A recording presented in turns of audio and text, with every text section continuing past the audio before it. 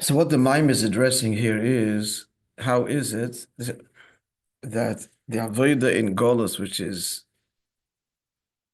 basically Midas Nefesh, Kabbalah's oil, Midas HaNitzochen, Nitzochen means just got to get the job done and nothing will stand in our way, not internally or externally. How that Avodah is the keli, not just for the essential levels of Elikus, which correspond to Mesidus Nefesh, which comes from the essence of the neshama, that we understand. But how is that a keli also for the divine revelation when Mashiach comes, whether it be understanding of godliness and seeing godliness? There has to be a parallel. We don't see godliness now. Understanding of Elikus is profoundly compromised.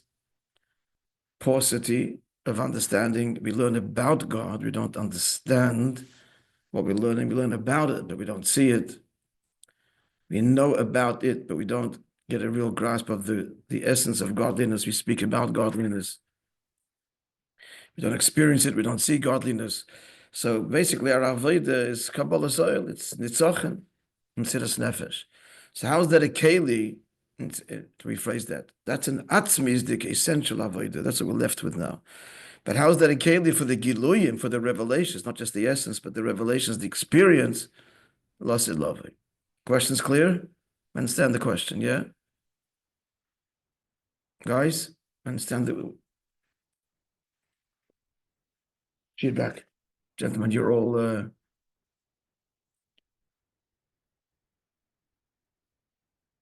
I don't know if you're there because you're all hello? Hello.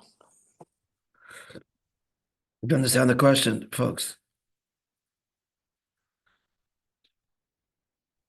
Do we understand the question? I'll try to explain it. Do we? Yes, not. You can, yes or no, folks?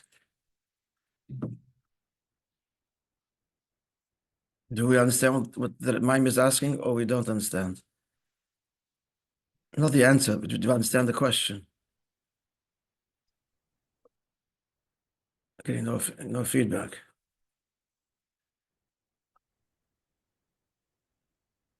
Yeah, okay. Davido, Yossi, Adam.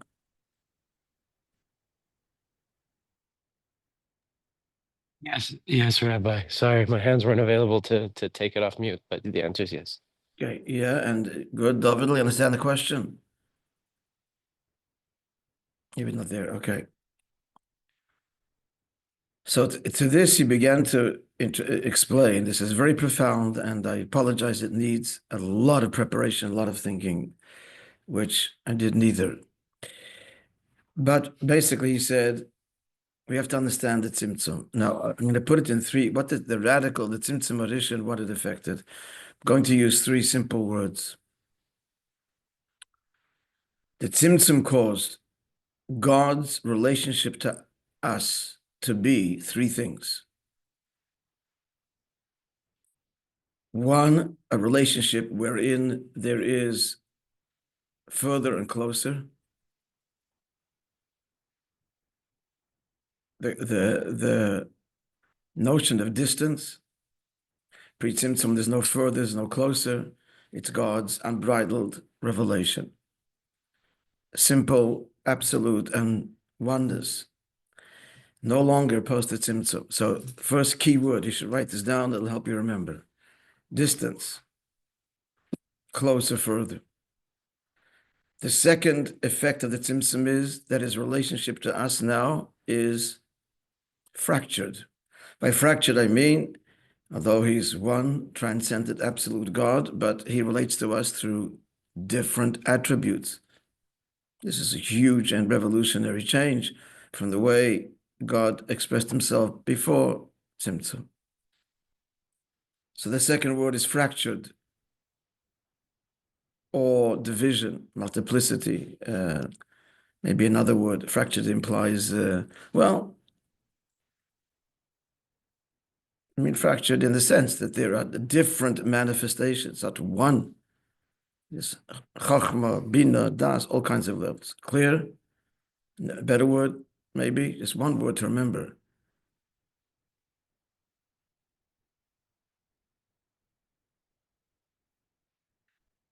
Multi-dimension.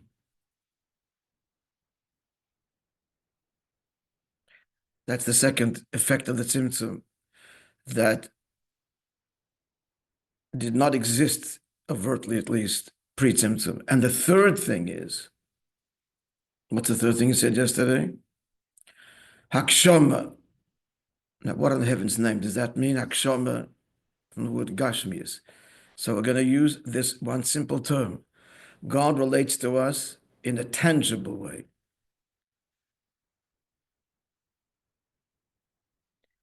An eminently relatable way. So that is the three effects of the Tzimtzum. What are the three words? Throw them back at me. One. Vision. Well, the first, before division. The notion of close, far, distance. Second. Multidimensional. Fractured, differentiation in the revelation. There's different attributes, and they're very different. And the third thing is, Tangible. no, English, in pure English. Materiality. Relatable to our reality.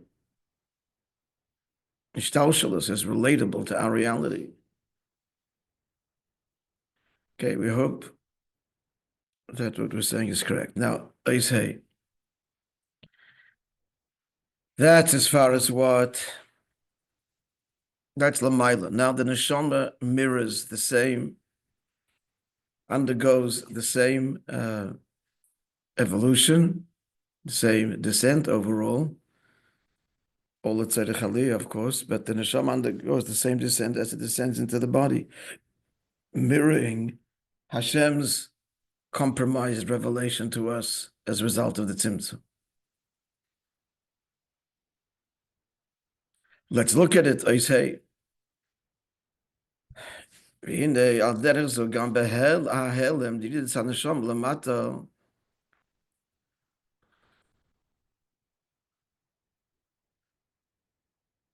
Likewise, what happens to the neshama in terms of the concealment of its pure, pristine, godly state, as it descends down in brackets, because why similarly? Because Shekol ha'alamas shorusha mehelim, the tzimtzum, all concealments are rooted in the concealment, in the effect that the first tzimtzum caused in God's revelation. All concealments are rooted there.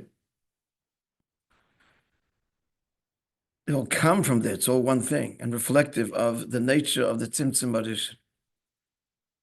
The neshama pasha descends from its primordial root in Atmos through Ishtalshala. So it goes through the tzimtzum marish and descends through the worlds and is shaped, as it were, by the worlds, shaped by the tzimtzum. Yes? Now, sheyesh by shnei inyanim. He says two things. Now, I don't know why he doesn't say the third thing. Let's keep on learning. He just said three things about Elikus. Let's see what he says. We're learning this together, friends.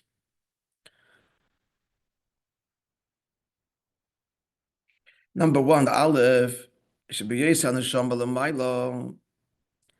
When the Neshama was above, Kol Kechiseo Heiru Begiloi, uncompromised revelation. That's like the Tzimtzum in the state of revelation. But its faculties, when it descends down through Ishtalshas into the world, into the body, are concealed. Now, he said earlier that the Tzimtzum causes, this is the language used earlier, the Eid Ein Sof to withdraw. Further closer aspect of Tzimtzum result. The Eid Ein Sof to withdraw.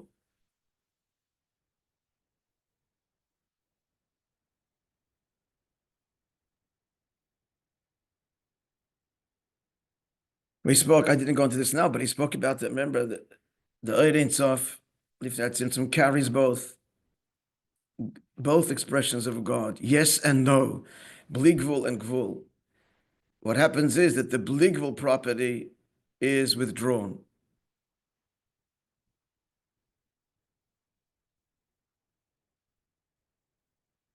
It'll be easy to understand when he translates this in the neshama coming here lamata. The point there was that this level of the bli gvul is not affected per se, it's just effectively from our experience removed. It's a very subtle point. Or it's separated in a way, because before it's one Indian, like it doesn't. There's this separation. The tzimtzum causes this separation. So to put that in comic terms, comic book, I just mean like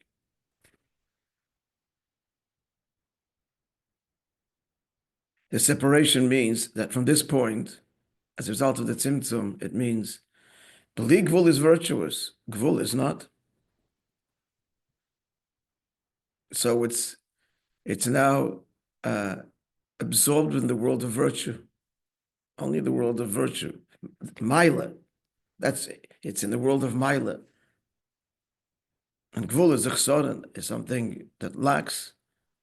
That's what the tzimtzum does. That causes further and closer. That causes further and closer, yeah. More gvul is further, less gvul is closer. Nis'alam b'mkoiroi. It withdraws, meaning to say, again, using kind of this cutesy language, from our perspective, withdraws its source means that bli gvul, that's divine. Not we associate with God. That's divinity. But for us, gvul is eclipse.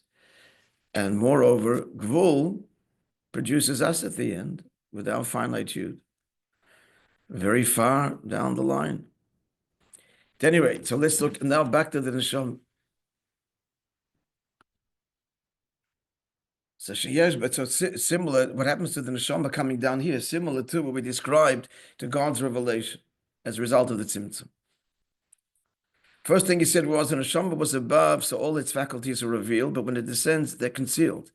To helam, now comes the point. To helam is eina masha guf mailim. It's not that the guf is not allowing their expression. Rather, ki'im shinyonim elu dan neshama, these faculties of the neshama, her expression, nisharim l'mayla. They just don't come down. They no mislapshim baguf, are not invested in the body. Let's look at 46.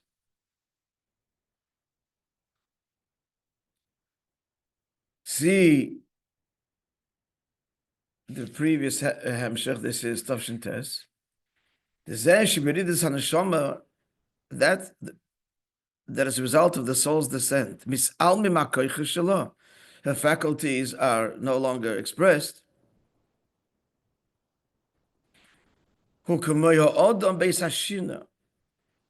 It's like sleep. The doesn't see or hear anything. Now let's understand what's happening in sleep. It's not that the soul sees, but it's not that the person would see, but the body's blocking it. There's a withdrawal. On the contrary, what's the contrary? Body's working. The body's there. The body's there, and the body would allow it. The body has done nothing to stop the sight. The body is ready to see, but the soul ain't there, or its faculty of sight isn't there, has been withdrawn. That's the andarab. The body is. But what did happen? So the soul has gone into a withdrawal state and not being revealed. That's like the Ein Sof, as it were, withdrawn.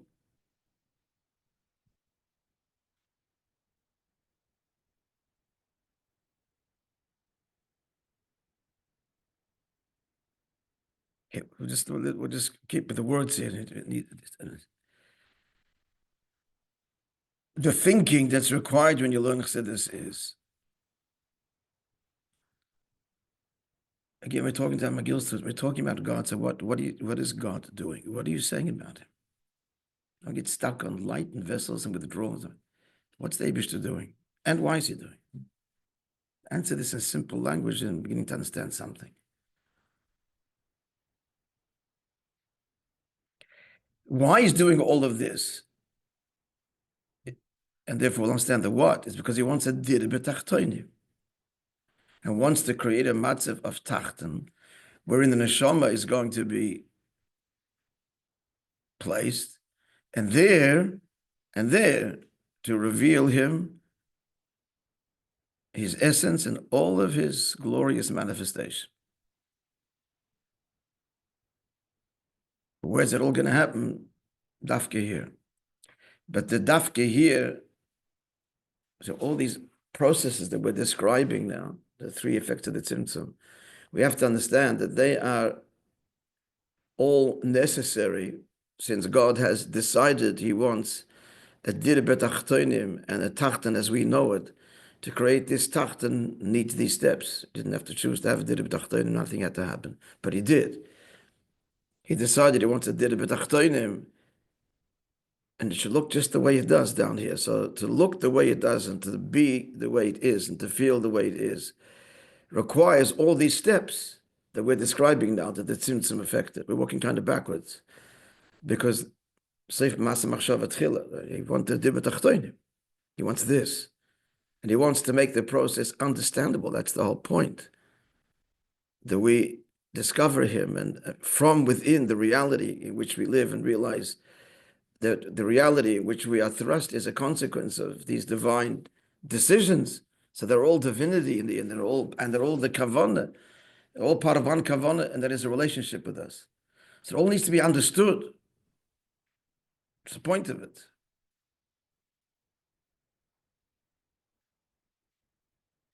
Let's keep on learning some more words, then work on understanding it.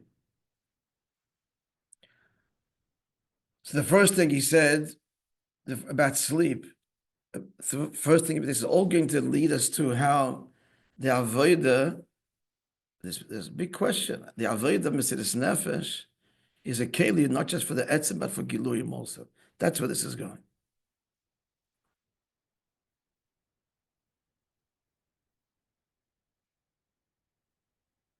Put that in the back burner. They're continuing. So the neshama comes down the mata. What happens like this? It's a sleep. Being awake is for the neshama a sleep-like state. We're like dreamers. We're sleeping here. Why? Because the neshama's faculties of seeing God, feeling God are withdrawn. Its faculties by which it experienced the divine Lamaila are withdrawn and not expressed in the body. And like sleep, it's not that they're expressed and it's being blocked by the body. No.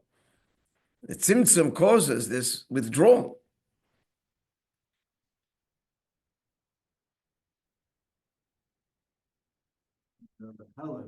Behelim. Behelim withdrawal? Or is it That mishalmos. It's almost means withdrawal. Yeah. When you say hastir, that's like external concealment, but helim is more. It depends on the context, but here certainly withdrawal. It's I don't know if this is what I'm going to say now is in legitimacy or not, but it's like the neshama looks at the goof before it comes down.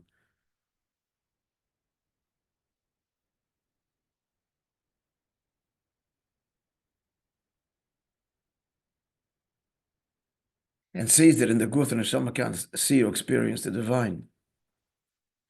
Right?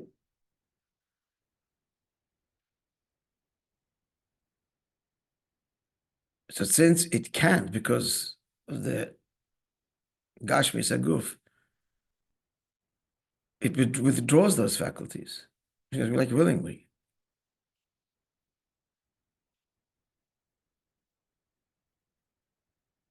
To have them frustrated in a body that cannot allow it expression. What's the point? It's Partial survival. That's a recipe for nemesis. The neshama is frustrated. But the frustration is like a deeper one that it cannot express even it's who it is. But that is true. This is everything's baratzim. Maybe the reason I'm even suggesting this, because this whole process is by God's desire. So the neshama reflects that too. You want to do it b'tachtonim, so we shall withdraw, surrender to your kavanah, and withdraw our faculties of knowing you, give up on knowing you and seeing you, because it can happen in the body, so we're not expressing it. Mashu kazeh, or the yerde nicht. May the good Lord forgive me if we're off. Let's continue.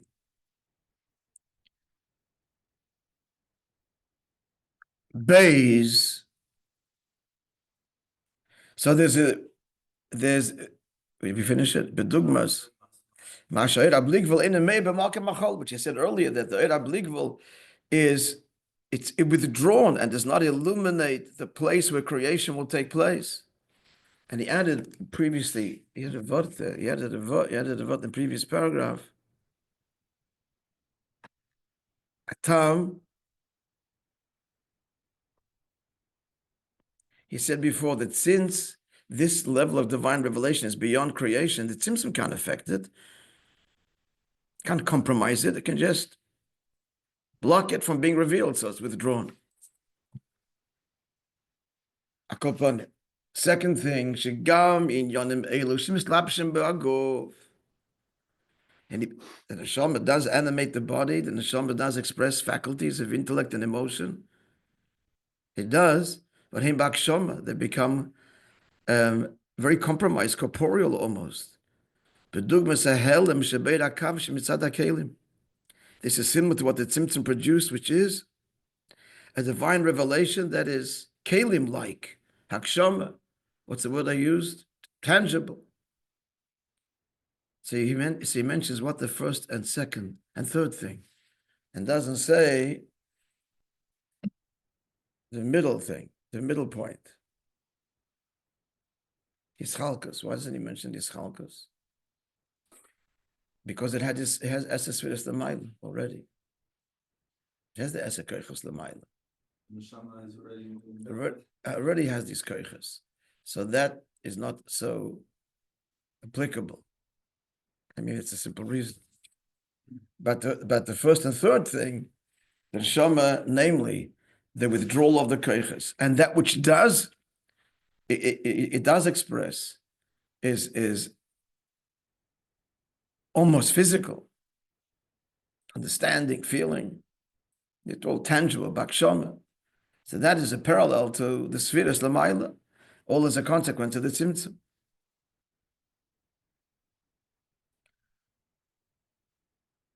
So now continuing, we're getting some kind of sense, yeah? Yeah? Now Golus, because he's going to say that the Golus is similar, and in the end it's going to be that this is, Yedid all brings out the biggest aliyah. It's not merely a punishment. And not merely, well, if you're down here anyway, let's make a profit out of it. But the point is, the whole kavanah of the Yedid, and the kavanah of the Golus, and the kavanah of the Chatoim is for the Aliyah. So that is it. The Golus. What happens in Golus? We have these two inyanim. Aleph, Mash Bisman Golus, Ayeshta, Makil in the Beis Hamikdash, in Golus, the revelations that took place in the Beis Hamikdash, no longer. This is the fact. Mishachar of Beis Hamikdash, which we say in Tfilas Musaf, Ein Oni Yechelim La'lois V'Lirois, we cannot ascend or see Shlayeshna Ria Belikus. Obeys. That which we do experience is bakshom. Shekam hasaga shebizman hagolus ein hasaga midis, which we do understand is not true understanding. It's all very tough to have to say. How magushim it is, we're thinking in spatial terms. The imagery that we use, we're struggling to divest ourselves of, is all physical. We say the word oy, so we did light. Keli, vessel. No, it's not. But vakshoma.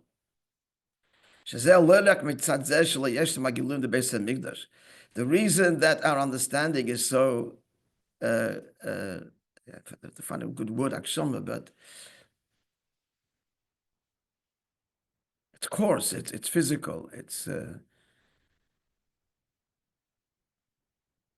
find the word. It's not only because the revelation is not taking place, that is mitzad the golos. Here, this is imposed by golos. Shemailim or master lalasogas elikus. So that is like what? That is mitzad the guf.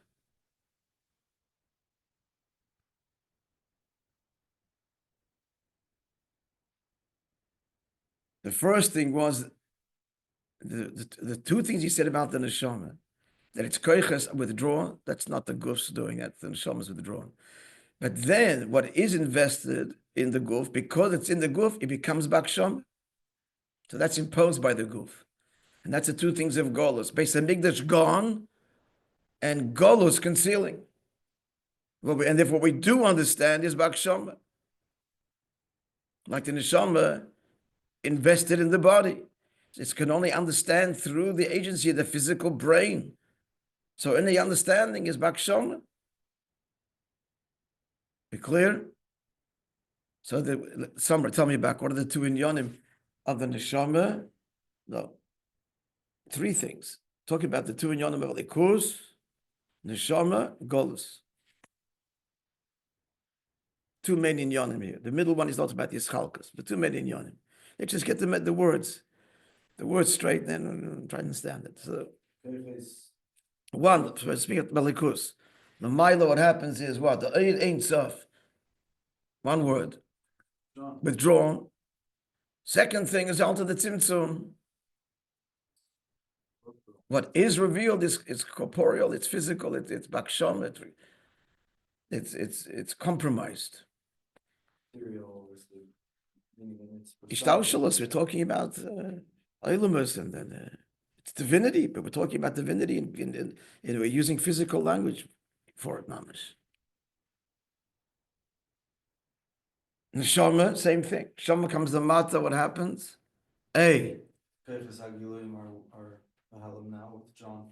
Its faculties, it saw godliness, that's withdrawn. There's no seeing godliness here. Experiencing, loving God, withdrawn. Moreover, that which is invested in the body is alive, the soul fuses with it. And we're talking about Hashem, it's what? Shama. It's very physical, very compromised. And that's Golus. Two things happened in Golus. One, same thing. In Beis Hamikdash gone, godliness not revealed. Golus going into the... And then Golus, like the guf, that's like an external thing. Trapped in the Gashmis now. Therefore, our understanding of godliness, because of the helim of Golus, is baksham, is very, very limited. Okay. Let's start just the first few words. So far, the news isn't that great. So let's start the first few lines of Vav. Oh, and let's just see, 48 looks like important. Lahoyed.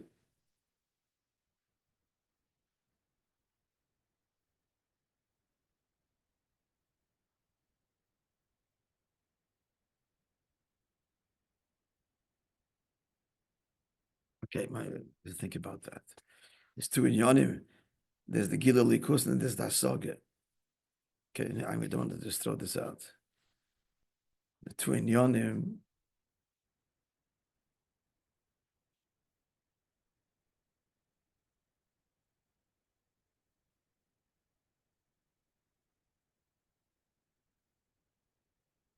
Okay, think about that a little bit. All right. So I'll just begin the next few words. The kavonas hatzimtzum. What's the point of the tzimtzum? Lachatchila. That the Gila Ein Sof should be the whole reason that there had to be these almos is because the Ein Sof cannot be revealed in Eilumis. That's mitzad the teva of the Ein Sof. But the kavana is that Hashem should be revealed in his full glory. Okay, that's where this is all going.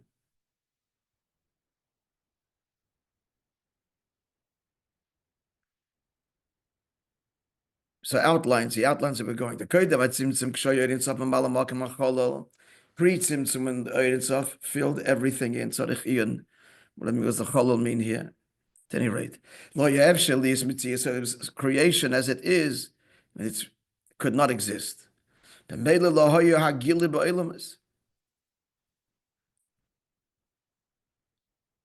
Using past tense. And therefore, because of the tzimtzum, there's no revelation in creation, because as he just said, you cannot have the infinite revelation and creation as well. It will completely dissolve it out of existence. What the tzimtzum innovated is that sof kol sof, shagil denin sof, that it will be. That's the outline. But Yuvan said, how could this be? We just finished saying that the reason it had to be withdrawn because it cannot be revealed. It's not compatible with finite creation. It will be dissolved completely. And he's saying, yeah, but that's what's going to happen. That's the kavan. So that we're going to continue Be'ez Hashem. So tomorrow we're on, boys. Yeah. Okay, good. I hope today I have time to look at something here a little bit, but we'll struggle together. Try and go out of Mitzrayim together.